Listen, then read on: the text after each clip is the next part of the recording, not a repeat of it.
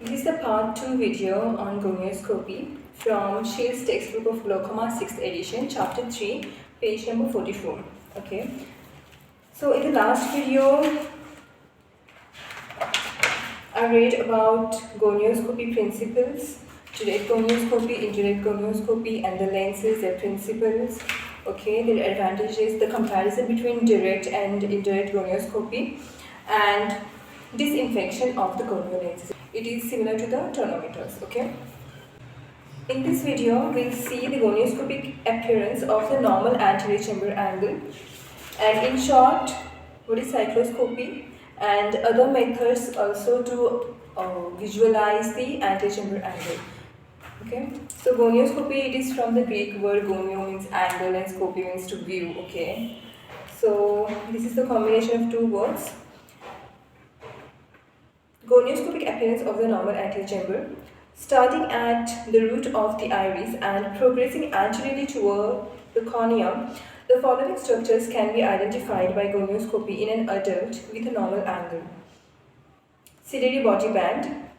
Ciliary body band, it is the anterior face or anterior surface or anterior portion of the ciliary body. This portion includes the radial and circular fibers, of the ciliary body, and the longitudinal or meridional fibers are not visible because they are inserted into the scleral spur and they are obscured by the presence of the scleral spur, and posteriorly they extend into the suprachoroidal lamina even beyond the equator. Okay. So ciliary body band. The ciliary body band is the portion of ciliary body visible in the anterior chamber as a result of the iris insertion into the ciliary body. The width of the band depends on the level of iris insertion and tends to be wider in myopic eyes.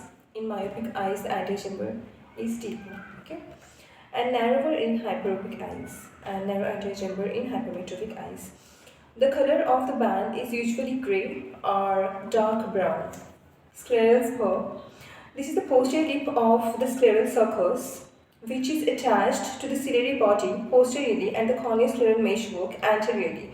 It is usually seen as a prominent white line between the ciliary body band and functional trabecular meshwork, unless it is obscured by dense uveal meshwork or excessive pigment dispersion. Variable numbers of fine pigmented strands may frequently be seen crossing the scleral spur from the iris root to the functional meshwork. These are referred to as iris processes and represent thickening of the posterior uveal meshwork. Now once again, the scleral spur. This is the posterior lip of the scleral sulcus. What is scleral sulcus? It is the groove, okay? It is the groove on the inner surface of the limbus, scleral sulcus, and its posterior projection on the inner surface, inner side, is the scleral spur. And to the scleral spur, what is attached? The longitudinal muscle fibers of the ciliary body. The scleral spur, it is nothing but the prominent projecting part that is present on the inner aspect of the scleral sulcus. Now what is scleral sulcus? It is the groove. It extends from the scleral spur to the shawl base line, and it is present on the inner surface of the limbus. The groove that is present on the inner surface or inner portion of the limbus is the scleral sulcus. This is scleral sulcus, and its posterior projecting part is called as scleral spur. Now, what is attached to the scleral spur? Posteriorly, ciliary body muscles, longitudinal muscles are attached, and anteriorly, scleral spur, corneoscleral meshwork is attached. And it is seen as a prominent white line between the ciliary body band and the functional trabecular meshwork.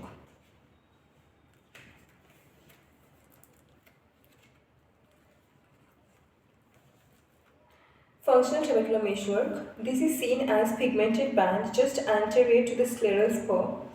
Although the trabecular meshwork actually extends from the iris root to shawl base line, it may be considered in two portions: the anterior part between the shawl base line and anterior edge of the Schlemm canal, which is involved to a lesser degree in aqueous outflow. B. The posterior or functional part, which is the remainder of the meshwork and is the primary site of aqueous outflow, especially that portion immediately adjacent to the Schlemm's canal. The appearance of functional meshwork varies considerably depending on the amount and distribution of pigment deposition. The tubercular meshwork has no pigment at birth, but with age, color develops from faint tan to dark brown, depending on the degree of pigment dispersion in the anterior chamber. The distribution of pigment may be homogeneous for 360 degrees in some eyes and irregular in others.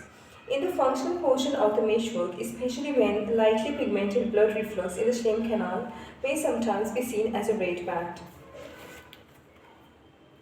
So, tubercular meshwork, it is divided into two parts, anterior and posterior. Posterior tubercular meshwork is pigmented one, and anteriorly it is lightly pigmented, okay?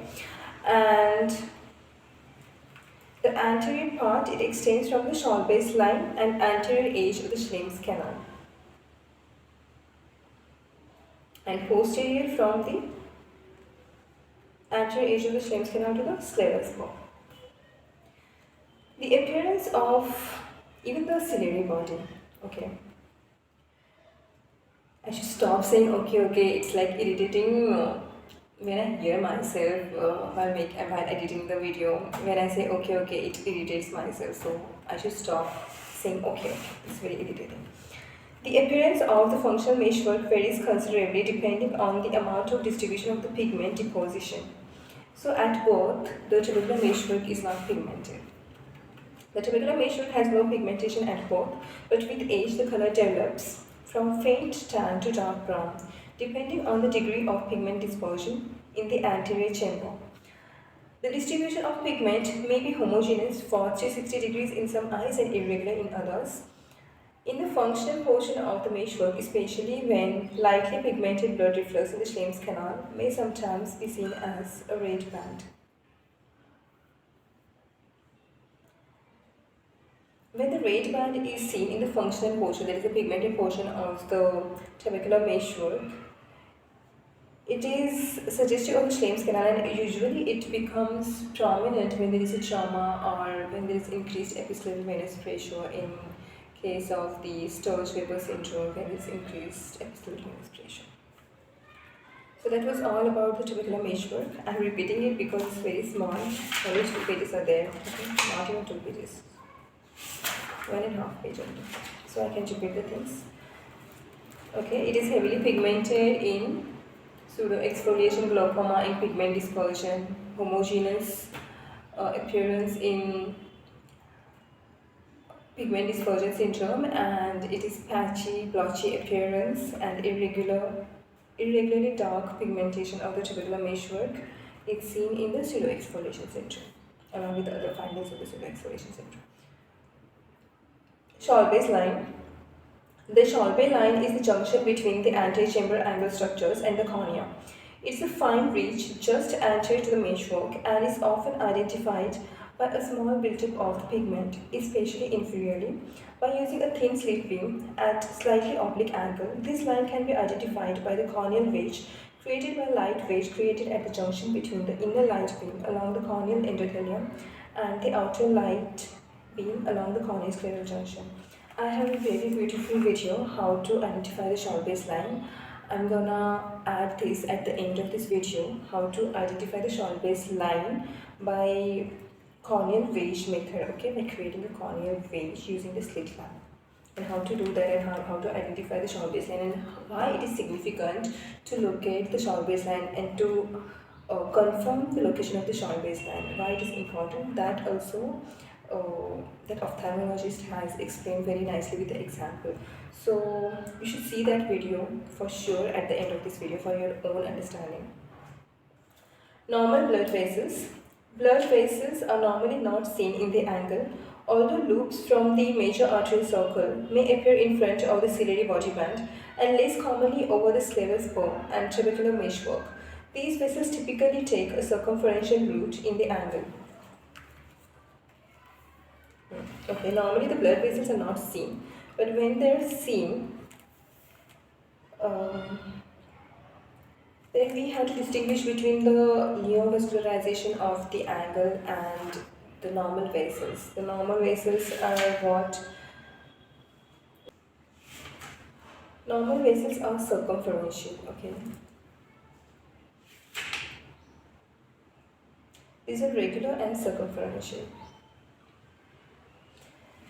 Actually, after completion of the gonioscopy, first I'll read it from the shields. Today I'll complete the gonioscopy from the shields glaucoma, and then tomorrow I'll talk about the gonioscopy. Tomorrow I'll read gonioscopy from the Jacobi's, and the day after tomorrow, for 3-4 days, it will take to read it from the Irvings because it's given nicely in a very explained and elaborate way. They have like discussed gonioscopy very nicely there. With all the classification, everything is combined there. But I would like to contribute in my own way at the end of all these parts that I read from the Jacobi, Shields, and from Irving's. I'll add some pictures and videos from different conditions, how the angle is seen in different conditions that I'll combine from the internet, and I'll make it available for you. And I think and it is also nicely given on the gonioscopy.org site. That also you should see, it's very nicely given. I have not gone through everything, but I saw the headings and first video I liked it so much, so that also you can refer, and I'll see if anything is missing there. I'll combine it all for you and for my own self. Blood vessels are normally not seen in the angle, although loops from the major arterial circle may appear in front of the ciliary body band and less commonly over the scleral spur and trabecular meshwork. They are present on the anterior surface of the ciliary body band, and they rarely extend over or cross the scleral spur and extend onto the trabecular meshwork. Rarely they do. Normal vessels. And these vessels typically take a circumferential route in the angle. In addition, an anterior ciliary artery may occasionally be seen as a more radially oriented vessel in the ciliary body band of lightly pigmented eyes. So usually circumferential, and radially oriented you can see anterior ciliary artery, which is seen occasionally in the ciliary body band, that is seen in the lightly pigmented eyes. Circumferential and radial vessels may also occasionally be seen in the peripheral iris of lightly colored eyes. Again, lightly colored eyes, peripheral iris, you can see these circumferential and radial vessels. Radial vessel is the anticiliary artery because it comes like this. Okay.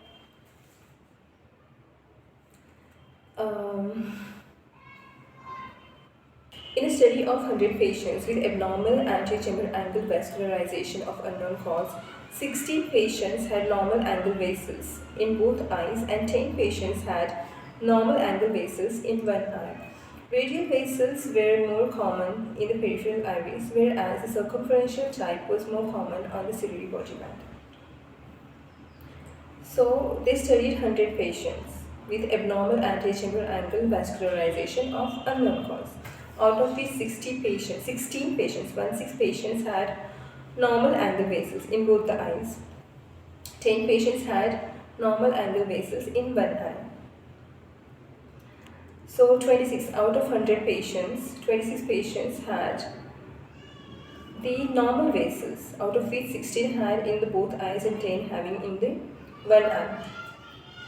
Radial vessels were more common in peripheral iris, whereas the circumferential type was more common on the ciliary body band. So circumferential type vessels are more common on the ciliary body band, and radial are more commonly seen on the iris, because obviously iris is like this, so radial, and ciliary body is like this, so circumferential. So it's very easy to understand that.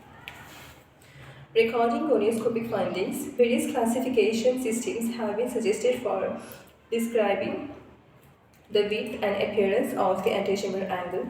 However, descriptive words and drawings are probably the most useful technique for recording gonioscopic findings.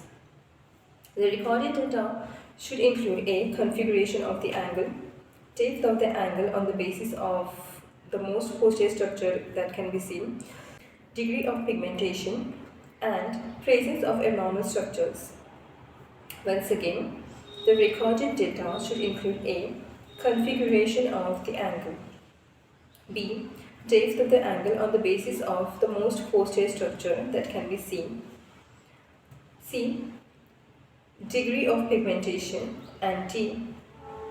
C. Degree of pigmentation, and D. Presence of abnormal structures. For example, a normal angle might be recorded as wide open with visualization to a wide ciliary body band for 360 degrees and moderate trabecular measure of pigmentation.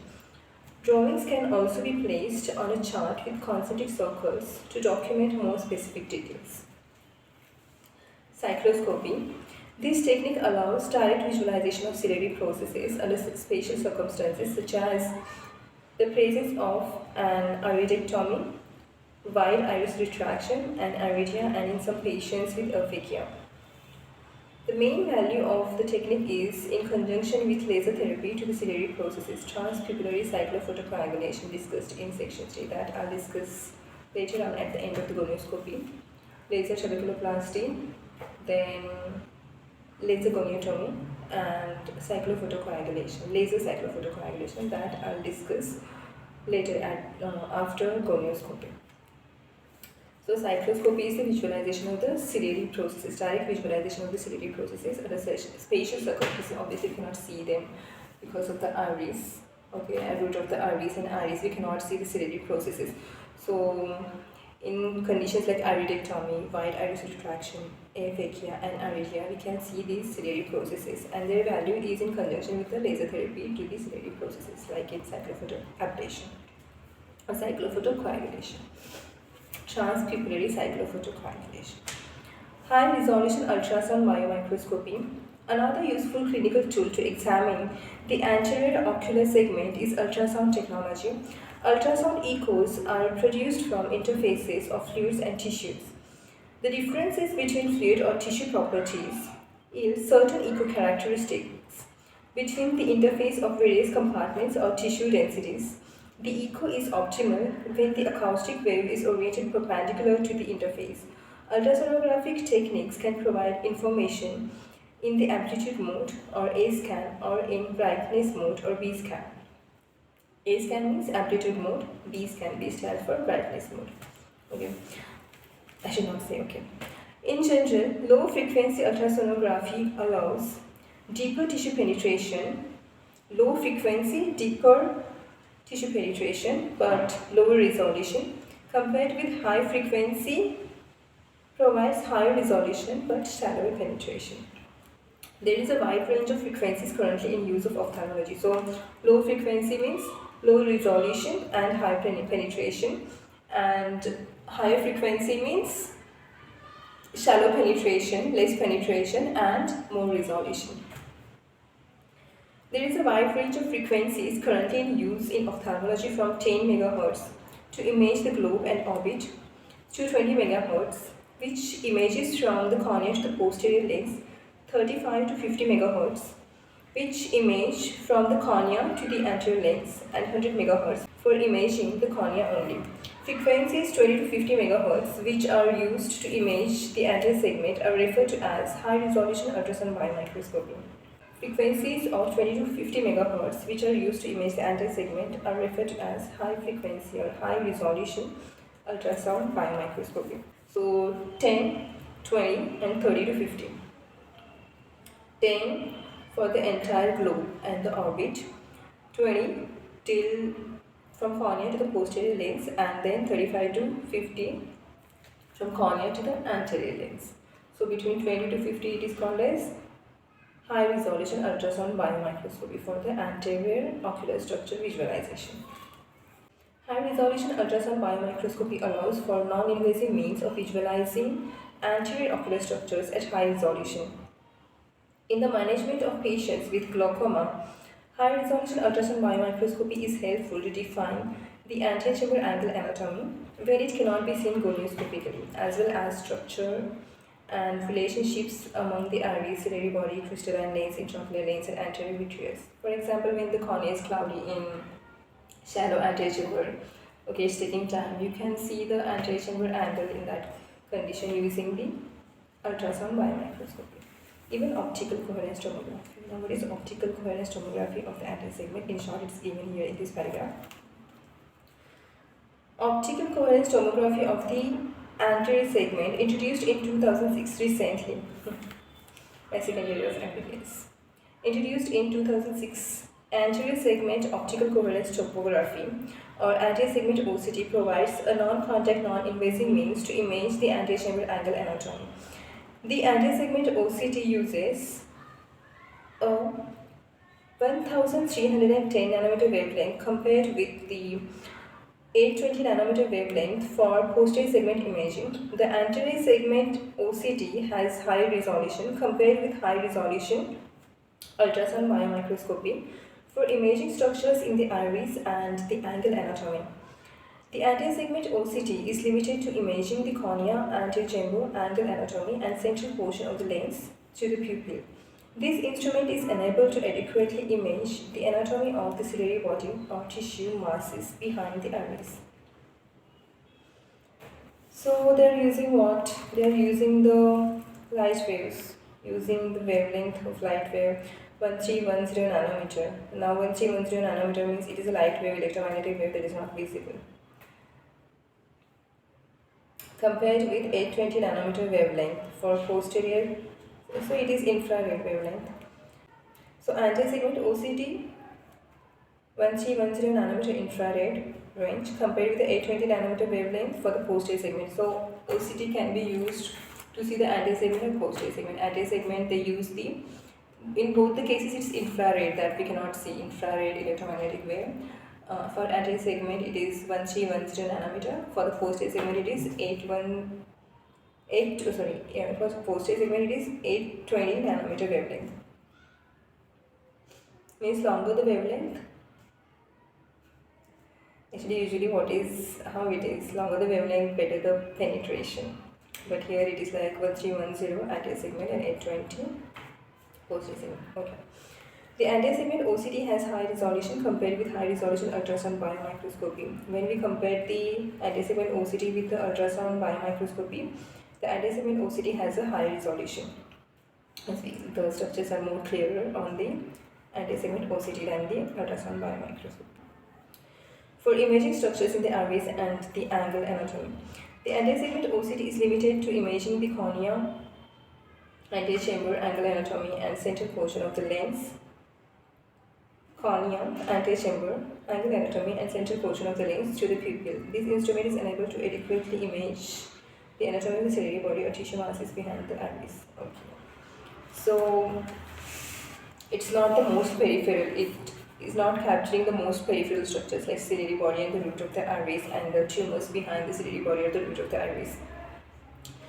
We can see only cornea, then anterior chamber angle and central portion of the lens with the anterior segment OCT. But ultrasound biomicroscopy between 20 to 50 megahertz, it will give us the details of the ciliary body, the tumors behind the root of the iris and the ciliary body details, ciliary body pathology. In that sense, the ultrasound biomicroscopy has more advantages over the anterior segment, but anterior segment OCT has a better resolution than the ultrasound biomicroscopy. Now figures. Figure 3.5, normal adult anterior chamber angle showing gonioscopic appearance right and cross section of corresponding structures left. 1 ciliary body band, 2 scleral spur, 3 trabecular meshwork, degree of pigmentation varies, 4 Chauvet line. Now ciliary body band, it is made up of the antiface of the ciliary body between the scleral spur and the root of the iris, made up of the which structures, which muscles, oblique and radial, not the longitudinal. Longitudinal or meridional fibers. Longitudinal means meridional. Meridional means longest axis of the longest diameter. So meridional fibers are obscured by the scleral spur. Now scleral spur is seen as a prominent white line. It is nothing but the projecting part of the scleral sulcus. Okay, scleral sulcus is nothing but the groove on the inner surface of the limbus, extending from the Chauvet line or descendant membrane ending to the scleral spur here. Then it is seen as a prominent white line. Now trabecular meshwork, it is divided into two parts, anterior and posterior. It is the pigmented part. Posterior one is the most pigmented part. Anterior part extends from the Chauvet line to the anterior edge of the Schlemm's canal, and beyond that, from the anterior edge of the Schlemm's canal to the ciliary body, it is the trabecular meshwork functional part, that is the more pigmented part. So actually, trabecular meshwork extends from the iris root, not even ciliary body, it extends from the Schwalbe's line to the iris root. That you remember. Now Schwalbe line is again the white line, but how to differentiate between the scleral spur and Schwalbe line, and how to see when it is a closed angle, especially in children. Okay, so in children actually we use the direct gonioscopy. Okay, so corneal wedge is not possible with the direct gonioscopy. I don't think it is possible. I have not witnessed direct gonioscopy, but as long as they have described that we cannot adjust the illumination with handheld focal illuminator, I don't think corneal wedge identification is possible. So in angle closure cases, it is usually very important to identify the Schwalbe's line. Okay, for the grading of the angle. I should not say okay again. Schwalbe's line. So it is present at the end of the descemes membrane. It's a prominent and when it's very prominent, it is called as posterior embryo. So it is seen in exenful and Rieger's anomalies, exenful Rieger's syndromes that we have already discussed. You can see that exenful Rieger syndrome part. I mean that glaucoma videos, I started from that video only, exenful Rieger syndrome. So there you can see what is posterior embryo toxon and how it is seen. But later in childhood glaucomas, when I'm going to read after completing 2-3 basic chapters from Shields, after reading basic chapters like tonometry, gonioscopy, assessment of the visual field, and optic head appearance. First 4 basic chapters I'll cover from Shields and other standard books. Then I'll talk about the childhood glaucoma also. In that, I'll talk about exenful Rieger syndrome once again with the pictures, more pictures. In previous videos, I think I have not added pictures. Many pictures I have not added. So figure 3.6. And one more thing I missed, the trabecular meshwork. Sometimes red band or red line is seen in the region of the trabecular meshwork, and it is Schlemm's canal. Okay, blood reflux in the Schlemm's canal that is seen in the traumatic cases or increased episcleral venous pressure cases, for example, Sturge-Weber syndrome. Now figure 3.6a, figure A from 3.6. Going from iris eye to the cornea, C, the structures normally seen by gonioscopy in the open adult anterior chamber angle are the ciliary body band, scleral spur, and the functional portion of the trabecular meshwork TM. Then B, figure B. In this eye, the ciliary body band is light grey. Trabecular meshwork is heavily pigmented. The thinner pigmented line above the meshwork arrow is Schwalbe's line, more easily seen in some eyes because of pigment built up along the bridge, especially in the inferior quadrants. So the pigmented line that is anterior to the Schwalbe's line is called as Saint-Paul's line. It is seen in the pseudoexfoliation syndrome in case of the trauma also, especially in the pseudoexfoliation syndrome and pigment dispersion glaucoma. Now figure C. Whereas the ciliary body band may appear dark brown in some eyes, for example A above, it may be a slate grey band in others as seen in this image just above the iris root. Also note the numerous iris processes which typically extend across the ciliary body band and scleral spur to the trabecular meshwork, which is medium brown in this image. D. Sometimes helpful in identifying the location of a lightly pigmented trabecular meshwork is the blood reflux in the Schlemm's canal. They have shown blood reflux in the Schlemm's canal in figure T. You can see the red line.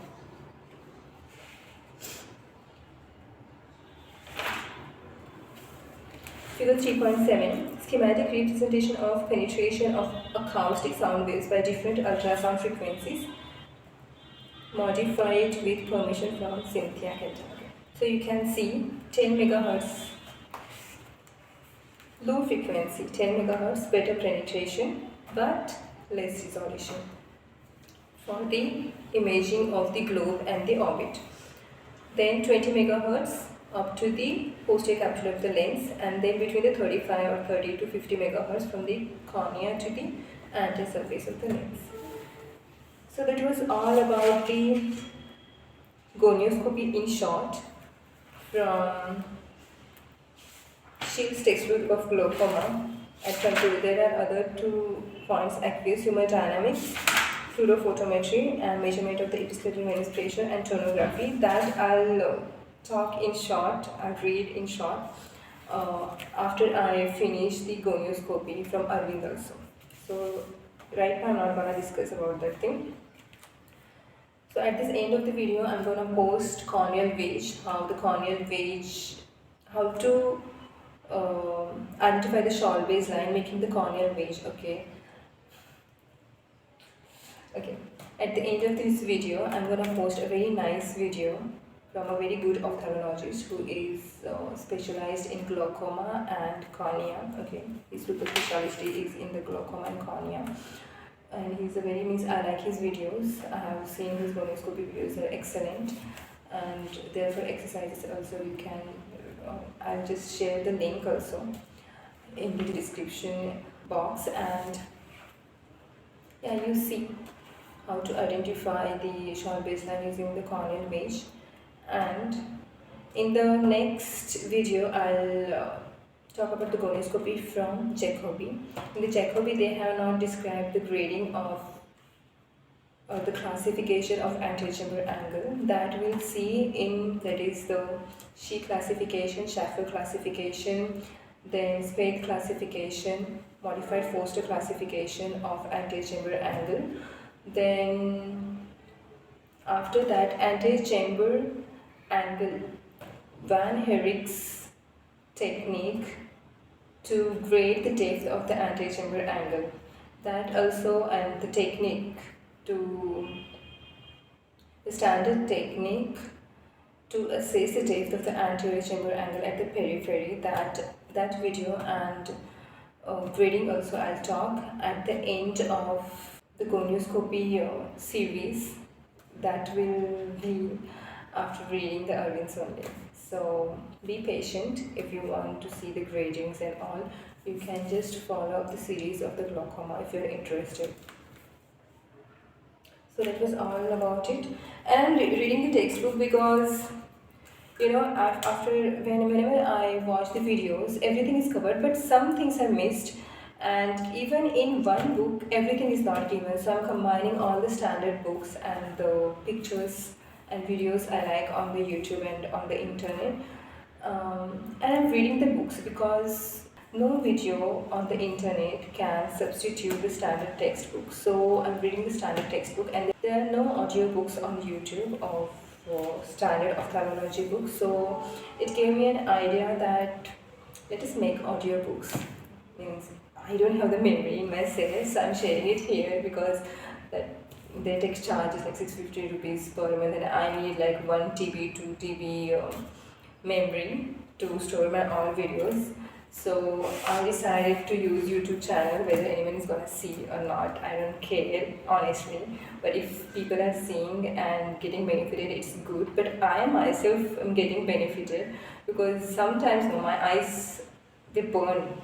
Even if I read a book, I get very tired and I get sleepy. So when I hear something, even if I'm sleepy, when I hear something, I remember it well because I have already read it and I have already seen the pictures. So if I hear these things, it helps me to revise the things nicely when I'm tired, otherwise I can read.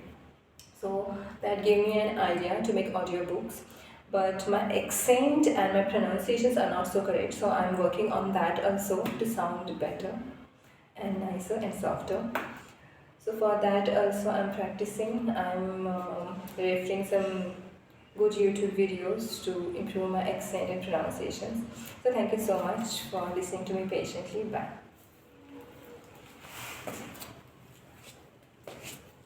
This is the first video in this series of Science in Glaucoma. Schwalbe's line is the starting landmark when doing gonioscopy. In this photo of a model, this is the location of the Schwalbe's line. Behind it, you have the trabecular meshwork, then the scleral sphere. Here you have the ciliary recess and iris. We all know that aqueous passes through the trabecular meshwork to reach to the canal Schlemm.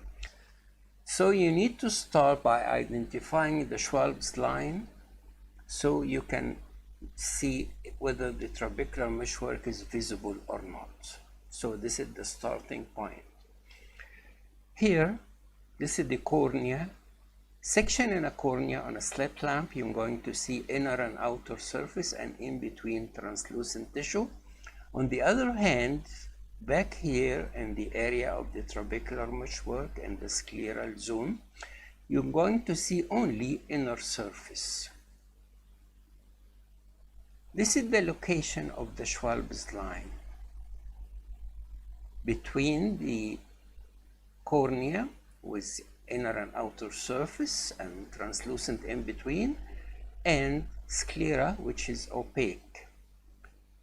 This is the extent of the Schwalb's line.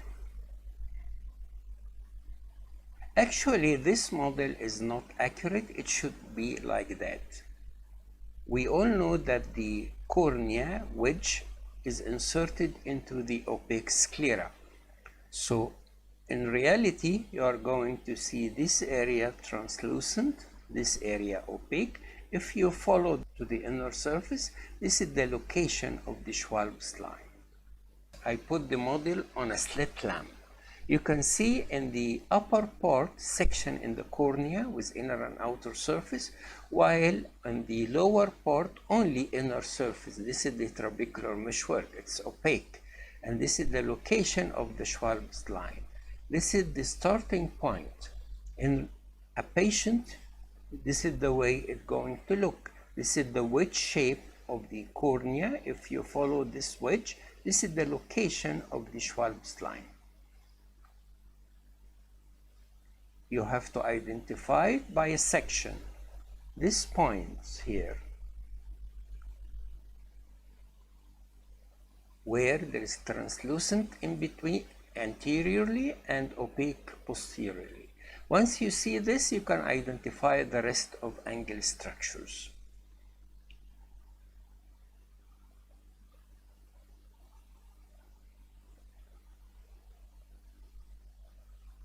Thank you for your attention. This is a brief clip showing the corneal wedge in a patient whose angle is almost completely closed. Notice that the anterior and posterior beams come together at the iris insertion. The corneal wedge described by Posner and Gorin in 1967 is formed by the sharp transition of clear cornea to opaque sclera, with the tip of the wedge indicating the level of Schwalbe's line. It is easiest to learn in a wide open angle where you understand the anatomy already. One uses a slit beam angled in at about 20 degrees, a high intensity light, and narrowing the beam, one can identify the corneal wedge and the level of Schwalbe's line. The technique is not easy to learn, but once mastered will become very useful in identifying questionable angles. You might wonder whether this is an open angle with no trabecular pigmentation or synechial closure. One uses the corneal wedge to answer the question. High intensity light, and the wedge indicates the level of Schwalbe's line. The angle is wide open.